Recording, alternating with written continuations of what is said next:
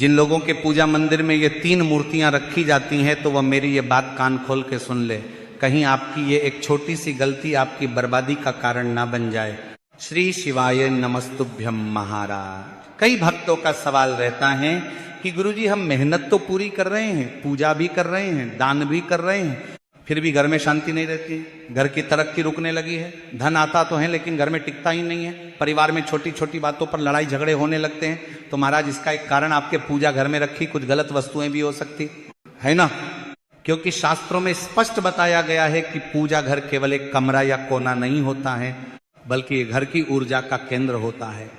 जिस प्रकार शरीर में हृदय का महत्व है उसी प्रकार घर में मंदिर का महत्व है। अगर पूजा स्थान शुद्ध, संतुलित और सही नियमों के अनुसार हो तो घर में सकारात्मकता बनी रहती है, लेकिन यदि अनजाने में भी कोई गलती हो जाए तो उसका प्रभाव पूरे परिवार पर पड़ सकता है। तो जानेंगे सब कुछ, लेकिन उससे पहले वीडियो को लाइक करें, चैनल को सब्सक्राइब करें और कमेंट बॉक्स में ओम नमः शिवाय या हर हर महादेव जरूर लिखें। अब महाराज कई लोग श्रद्धा में कुछ भी उठाकर मंदिर में रख देते हैं, उन्हें लगता है कि जो भी धार्मिक है वह मंदिर में रखा जा सकता है, लेकिन ऐसा नहीं है। हर वस्तु का अपना स्थान और अपना महत्व होता है। जो चीज घर के किसी और स्थान पर शुभ हो सकती है वही पूजा स्थान में अशुभ प्रभाव भी दे सकती है। तो इसीलिए महाराज सबसे पहले हमें यह समझना होगा कि पूजा घर कैसा होना चाहिए। पूजा घर हमेशा साफ, शांत और व्यवस्थित होना चाहिए। वहां अनावश्यक वस्तुएं नहीं रखनी चाहिए। कई लोग मंदिर के अंदर ही दवाइयां, चाबियां, पुराने कागज या टूटी हुई माला रख देते हैं, तो ये ठीक नहीं है। पूजा स्थान को केवल पूजा और साधना के लिए ही सुरक्षित रखें। अब महाराज हम बात करते हैं उन वस्तुओं की जिन्हें पूजा घर में रखना शुभ माना गया है। सबसे पहले दीपक। दीपक केवल रोशनी का साधन नहीं है, ये अग्नि तत्व का प्रतीक है। मिट्टी का दीपक सबसे शुभ माना गया है, क्योंकि हमारी संस्कृति मिट्टी से जुड़ी है। मिट्टी का दीपक धरती तत्व से जुड़ा होता है और घर में स्थिरता लाता है। यदि मिट्टी का दीपक न हो तो पीतल या तांबे का दीपक भी आप रख सकते हैं, लेकिन स्टील या कांच का दीपक मंदिर में नहीं रखना चाहिए। इसी के साथ महाराज दीपक को प्रतिदिन साफ करना चाहिए। कई लोग सोचते हैं कि रोज दीपक धोना जरूरी नहीं है, लेकिन दीपक में जमा कालिक और तेल की परत वातावरण की ऊर्जा को प्रभावित करती है, इसलिए दीपक को स्वच्छ रखें। स्वच्छ दीपक से ही शुद्ध प्रकाश फैलता है। अब बात करते हैं स्वास्तिक की। स्वास्तिक केवल एक चिन्ह नहीं है, यह मंगल और सौभाग्य का प्रतीक है। आप अपने पूजा स्थान में रोली या कुमकुम से स्वस्तिक बना सकते हैं, इससे घर में शुभ ऊर्जा का संचार होता है। स्वस्तिक के ऊपर कलश रखना अत्यंत शुभ माना गया है। कलश में स्वच्छ जल भर कर रखें और समय समय पर जल बदलते रहें। कलश घर में समृद्धि और पूर्णता का प्रतीक है। यह दर्शाता है कि आपके घर में कभी कमी नहीं होगी, लेकिन ध्यान रखें कि कलश का जल बासी न हो। रोज या कम से कम 2 दिन में एक बार जल बदलें। पुराना जल तुलसी या किसी अन्य पौधे में डाल दें। अब महाराज बात आती है शंख की। शंख को अत्यंत पवित्र माना गया है। इसकी ध्वनि से वातावरण शुद्ध होता है। सुबह और शाम शंख बजाना बहुत शुभ होता है, लेकिन ध्यान रहे कि शंख साफ हो और उसमें गंदा पानी जमा न हो। शंख बजाते समय मन शांत रखें और ईश्वर का स्मरण करें। इसी के साथ महाराज पूजा घर में घंटी भी अवश्य होनी चाहिए। घंटी की ध्वनि से नकारात्मक ऊर्जा दूर होती है। जब भी आरती करें पहले हल्के से घंटी बजाएं, लेकिन इसे खेल खेल में या बिना कारण बार बार नहीं बजाना चाहिए। अब महाराज एक महत्वपूर्ण बात, यदि आप अपने घर में शिवलिंग रखते हैं तो उसका आकार छोटा होना चाहिए, अंगूठे से बड़ा नहीं होना चाहिए, और उसे हमेशा उत्तर या पूर्व दिशा में स्थापित करें। शिवलिंग पर प्रतिदिन जल अर्पित करें। अब महाराज हम उन गलतियों की ओर बढ़ रहे हैं जो अक्सर लोग कर बैठते हैं। कई लोग मंदिर में एक ही देवी देवता की कई मूर्तियां रख लेते हैं। उन्हें लगता है कि ज़्यादा मूर्तियां होंगी तो ज़्यादा कृपा होगी, लेकिन ऐसा नहीं है। एक ही देवता की एक ही मूर्ति पर्याप्त होती है। बहुत अधिक मूर्तियां रखने से ऊर्जा बिखर सकती है। इसी प्रकार टूटी या खंडित मूर्तियां कभी भी मंदिर में नहीं रखनी चाहिए। यदि किसी मूर्ति में दरार आ जाए या वह टूट जाए तो उसे सम्मान पूर्वक किसी पवित्र जल में विसर्जित कर देना चाहिए या किसी स्वच्छ स्थान पर स्थापित कर देना चाहिए। टूटी हुई मूर्ति पूजा स्थान की पवित्रता को कम करती है।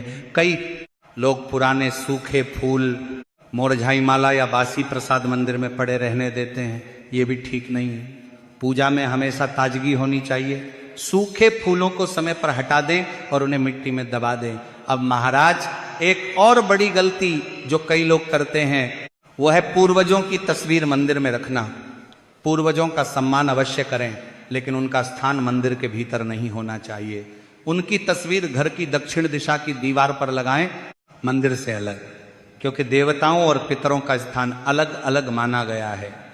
इसी प्रकार साधु संतों की तस्वीरें दीवार पर लगाई जा सकती हैं, लेकिन उन्हें मुख्य पूजा स्थान में नहीं रखना चाहिए। इसी के साथ महाराज, पूजा करते समय आपका मुख पूर्व दिशा की ओर होना चाहिए। यदि संभव न हो तो पश्चिम की ओर भी बैठ सकते हैं, लेकिन पूर्व दिशा सर्वोत्तम मानी गई है। पूजा करते समय आसन अवश्य बिछाएं, क्योंकि सीधे जमीन पर बैठकर पूजा करना उचित नहीं माना गया है। इसी के साथ भगवान की मूर्ति को कभी जमीन पर न रखें। उनका स्थान हमेशा आपसे ऊंचा होना चाहिए, कम से कम 10 से 15 इंच ऊंचाई पर। इससे सम्मान भी बना रहता है और ऊर्जा का प्रवाह भी सही रहता है। पूजा स्थान के सामने अनुचित कार्य करना भी ठीक नहीं है। कई लोग मंदिर के सामने ऊंची आवाज में झगड़ा कर लेते हैं या अपवित्र वस्तुएं रख देते हैं। इससे घर का वातावरण प्रभावित होता है। महाराज याद रखें, पूजा केवल क्रिया नहीं है, ये भावना है। यदि मन शुद्ध नहीं है तो केवल नियम पालन करने से भी पूरा फल नहीं मिलता, लेकिन यदि मन में श्रद्धा हो और नियमों का पालन भी हो तो जीवन में सुख शांति अवश्य आती है। अब महाराज आगे की बात ध्यान से सुनिए, और क्योंकि कई बार छोटी सी लापरवाही जीवन में बड़ी रुकावट बन जाती है। हम समझ नहीं पाते कि पूजा भी कर रहे हैं, मंत्र भी जप रहे हैं, फिर भी फल क्यों नहीं मिल रहा। इसका कारण अक्सर हमारे पूजा स्थान में रखी कुछ ऐसी वस्तुएं होती हैं जिन्हें वहां नहीं होना चाहिए। तो महाराज, पूजा घर ऊर्जा का केंद्र होता है। वहां जितनी कम और संतुलित वस्तुएं होंगी उतना ही अच्छा रहेगा। कई लोग अपने मंदिर को सजाने के चक्कर में बहुत अधिक मूर्तियां रख लेते हैं। एक ही देवता की 2-3 मूर्तियां, अलग अलग तस्वीरें, छोटे बड़े कई स्वरूप। उन्हें लगता है कि इससे कृपा बढ़ेगी, लेकिन शास्त्रों में संतुलन को महत्व दिया गया है। एक देवता की एक ही मुख्य मूर्ति या तस्वीर पर्याप्त होती है। बहुत अधिक मूर्तियां होने से ध्यान भटकता है और ऊर्जा बिखरती है। इसी के साथ महाराज, कई लोग घर के मंदिर में उग्र स्वरूप की मूर्तियां रख लेते हैं, जैसे अत्यंत क्रोधित रूप वाली प्रतिमा, युद्ध का दृश्य या रौद्र मुद्रा। भक्तों, घर का मंदिर शांति का स्थान है। वहां शांत, सौम्य और आशीर्वाद देने वाले स्वरूप की प्रतिमा रखना उचित माना गया है। उग्र स्वरूप की पूजा विशेष विधि और नियम से की जाती है, इसलिए सामान्य गृहस्थ जीवन में सरल और शांत स्वरूप ही रखें। इसी के साथ पूजा घर में खंडित वस्तुएं भी न रखें। यदि आपके पूजा घर में कोई टूटी माला, फटी तस्वीर, दरार वाला फ्रेम या चटका हुआ दीपक रखा है तो उसे तुरंत हटा दें। टूटी वस्तुएं नकारात्मक संकेत देती हैं। पूजा स्थान में केवल संपूर्ण और स्वच्छ वस्तुएं ही होनी चाहिए। यदि कोई मूर्ति खंडित हो जाए तो उसे सम्मान पूर्वक किसी पवित्र जल में विसर्जित करें या किसी स्वच्छ स्थान पर रख दें। कई लोग पूजा घर में पुराने कैलेंडर जिन पर देवी देवताओं की तस्वीर होती है उन्हें सालों तक लगाए रखते हैं। ये भी ठीक नहीं है। पुराने और फटे हुए कैलेंडर समय पर बदल दें। देवताओं की तस्वीर सम्मान की पात्र है, इसलिए उसे उचित स्थान दें। अब बात करते हैं एक और सामान्य गलती की। कुछ लोग पूजा घर में धन, जेवर या महत्वपूर्ण कागज रख देते हैं। उन्हें लगता है कि भगवान के सामने रखेंगे तो सुरक्षित रहेगा, लेकिन मंदिर को तिजोरी न बनाएं। वहां केवल पूजा से जुड़ी वस्तुएं ही रखें। धन का स्थान अलग होना चाहिए। अब महाराज, हम दीपक से जुड़े कुछ गहरे नियम समझते। दीपक जलाना बहुत शुभ है, लेकिन सही विधि से सुबह सूर्योदय के समय और शाम सूर्यास्त के समय दीपक जलाना उत्तम माना गया है। दीपक जलाते समय मन में प्रार्थना करें कि जैसे यह दीपक अंधकार को दूर कर रहा है, वैसे ही जीवन के कष्ट भी दूर हों। घी का दीपक विशेष रूप से लक्ष्मी कृपा के लिए शुभ माना जाता है। तेल का दीपक भी जलाया जा सकता है। विशेषकर शनिदेव की आराधना में सरसों के तेल का दीपक जलाया जाता है, लेकिन दोनों दीपक बिल्कुल पास पास या एक ही पात्र में न जलाएं, उनके बीच थोड़ा अंतर रखें। इसी के साथ दीपक की बाती का मुख पूर्व या उत्तर दिशा की ओर होना चाहिए। पश्चिम दिशा का दीपक की ओर मुख करके दीपक न रखें। यदि संभव हो तो दीपक भगवान की मूर्ति के सामने रखें ताकि प्रकाश सीधा उनके चरणों की ओर जाए। अब महाराज बात करते हैं शंख बजाने की। सुबह स्नान के बाद और शाम की आरती के समय शंख बजाना अत्यंत शुभ माना गया है। शंख की ध्वनि से वातावरण में कंपन उत्पन्न होता है जो नकारात्मकता को कम करता है। लेकिन ध्यान रहे कि देर रात शंख न बजाएं, शंख को साफ रखें और उसमें जमा जल को नियमित बदलें। घंटी बजाने का भी नियम है। पूजा प्रारंभ करते समय और आरती के समय हल्के और मधुर स्वर में घंटी बजाएं। बहुत तेज और लगातार घंटी बजाना उचित नहीं है। ध्वनि मधुर होनी चाहिए जिससे मन में शांति आए। अब महाराज एक और महत्वपूर्ण विषय, कई लोग मंदिर को घर के सीढ़ियों के नीचे बना लेते हैं। यह स्थान पूजा के लिए उचित नहीं माना गया है।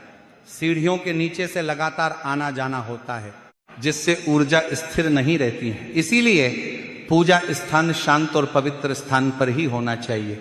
इसी प्रकार शयन कक्ष में मंदिर बनाना भी उचित नहीं माना गया है।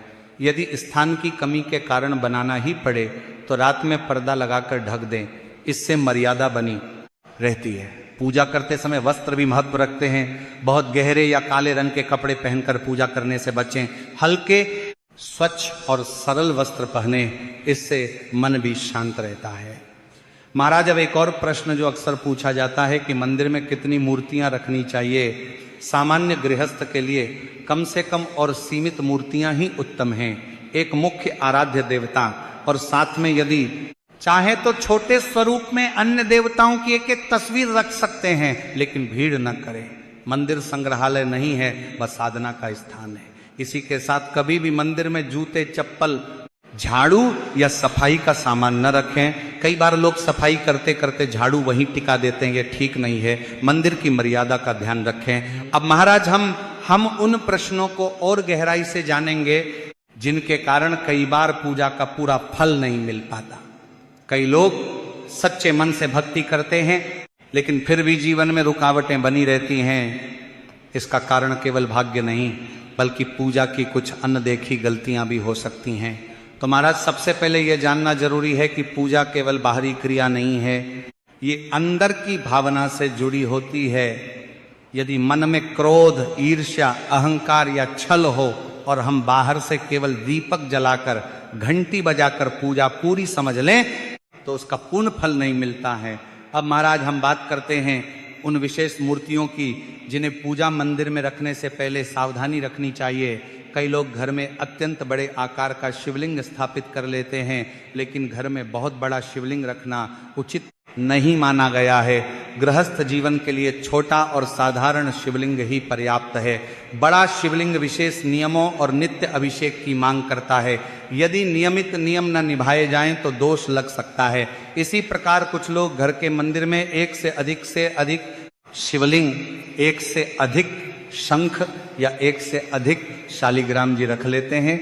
यह संतुलन के विरुद्ध माना गया है। एक शिवलिंग, एक शंख पर्याप्त है। अधिक संख्या में रखने से नियमों का पालन कठिन हो जाता है। अब महाराज एक और महत्वपूर्ण विषय, माता लक्ष्मी की मूर्ति। घर के मंदिर में माता लक्ष्मी की बैठी हुई मुद्रा की प्रतिमा रखना शुभ माना जाता है। खड़ी हुई मुद्रा को स्थिरता का प्रतीक नहीं माना जाता, इसलिए यदि आपके मंदिर में खड़ी मुद्रा की प्रतिमा है तो उसे किसी अन्य स्थान पर सम्मान पूर्वक स्थापित करें और बैठी मुद्रा की प्रतिमा रखें। अब महाराज बात करते हैं भगवान की ऐसी तस्वीरों की जिनमें युद्ध का दृश्य हो, जैसे महाभारत का युद्ध या किसी राक्षस वध का चित्र। यह चित्र धार्मिक अवश्य हैं, लेकिन गृह मंदिर के लिए शांत स्वरूप अधिक उपयुक्त है। मंदिर में आशीर्वाद देते हुए, मुस्कुराते हुए या ध्यान मुद्रा में देवता की तस्वीर रखें। अब महाराज एक और बात जो बहुत कम लोग जानते हैं, पूजा घर में कभी भी बंद या टूटा हुआ घड़ी का सामान, खराब इलेक्ट्रॉनिक वस्तु या सजावट के नाम पर बेकार चीजें न रखें। मंदिर सादगी और पवित्रता का स्थान है, भंडारण का स्थान नहीं है। अब महाराज एक प्रश्न जो कई भक्त पूछते हैं कि हम बहुत पूजा करते हैं फिर भी नुकसान क्यों हो जाता है। तो इसका एक कारण यह भी हो सकता है कि हम पूजा को लेन देन की तरह देखने लगते हैं। हम सोचते हैं कि इतना जप किया, इतना दीपक जलाया, अब फल मिलना ही चाहिए। लेकिन भक्ति में धैर्य और विश्वास आवश्यक है। पूजा का फल तुरंत नहीं मिलता है, लेकिन मिलता जरूर है। इसी के साथ महाराज मंदिर में जल का पात्र अवश्य रखना चाहिए, क्योंकि जल को जीवन, पवित्रता और शुद्ध ऊर्जा का प्रतीक माना गया है। जल पंच तत्वों में से एक महत्वपूर्ण तत्व है, और जहां स्वच्छ जल होता है वहां शांति और संतुलन बना रहता है। इसलिए पूजा स्थान में रखा गया जल केवल एक परंपरा नहीं है, बल्कि वह आध्यात्मिक रूप से भी महत्वपूर्ण माना जाता है। लेकिन ध्यान रखें कि मंदिर में रखा जल प्रतिदिन बदलना अत्यंत आवश्यक है। कई बार हम जल का पात्र रख तो देते हैं, वो जल पर उसे कई दिनों तक वैसा ही छोड़ देते हैं। ऐसा करना उचित नहीं माना गया है। बासी या रुका हुआ जल अपनी ताजगी खो देता है। जिस प्रकार रुका हुआ पानी गंध देने लगता है, वो उसी प्रकार ऊर्जा के स्तर पर भी वह स्थिरता और जड़ता का संकेत देता है। पूजा स्थान में जड़ता नहीं बल्कि प्रवाह होना चाहिए। तो प्रतिदिन सुबह स्नान के बाद या पूजा से पहले उस जल को बदल दें। पुराने जल को व्यर्थ न फेंके, उसे किसी भी पौधे में, केवल तुलसी में अर्पित न करे। इससे वह जल पुनः प्रकृति में समाहित हो जाता है और सकारात्मक चक्र बना रहता है। इसके बाद पात्र को हल्के से धोकर उसमें ताजा स्वच्छ जल भरें। अब महाराज हम बात करते हैं आरती की। आरती केवल गीत नहीं है, ये ऊर्जा का चक्र है। जब हम दीपक घुमाते हैं तो वह अग्नि तत्व के माध्यम से वातावरण को शुद्ध करता है। आरती करते समय दीपक को आप भगवानों के सामने 5 से 7 बार घुमाकर भी आरती पूर्ण कर सकते हैं। अब महाराज हम उन 3 विशेष वस्तुओं की बात करते हैं जिन्हें पूजा घर में अवश्य रखना चाहिए। पहली वस्तु है दीपक। बिना दीपक के पूजा अधूरी मानी जाती है। दीपक प्रकाश और ज्ञान का प्रतीक है, ये अज्ञान के अंधकार को दूर करता है। दूसरी वस्तु है जल का कलश। कलश पूर्णता और समृद्धि का प्रतीक है। इसमें भरा जल जीवन और पवित्रता का संकेत देता है। समय समय पर जल बदलते रहे। तीसरी वस्तु है शंख। शंख की ध्वनि घर में सकारात्मक ऊर्जा का संचार करती है, यह वातावरण को पवित्र बनाता है। इन तीनों वस्तुओं का संतुलित रूप से होना घर में शांति और समृद्धि लाता है। अब महाराज कुछ अंतिम सावधानियां मान लीजिए। मंदिर में कभी भी गंदगी न रहने दें, रोजाना सफाई करें, मुरझाए फूल तुरंत हटा दें, प्रसाद को समय पर बांट दें, बासी जल न रखें, टूटी मूर्ति या फटी तस्वीर तुरंत सम्मान पूर्वक हटा दें। पूजा करते समय मन में किसी के प्रति द्वेष न रखें। यदि संभव हो तो पूजा से पहले क्षमा मांगें और सबको क्षमा करें। शुद्ध मन से की गई छोटी पूजा भी बड़े फल देती है। यदि आपको यह जानकारी उचित लगी हो तो वीडियो को लाइक करें, चैनल को सब्सक्राइब करें और कमेंट बॉक्स में ओम नमः शिवाय या हर हर महादेव जरूर लिखें। धन्यवाद।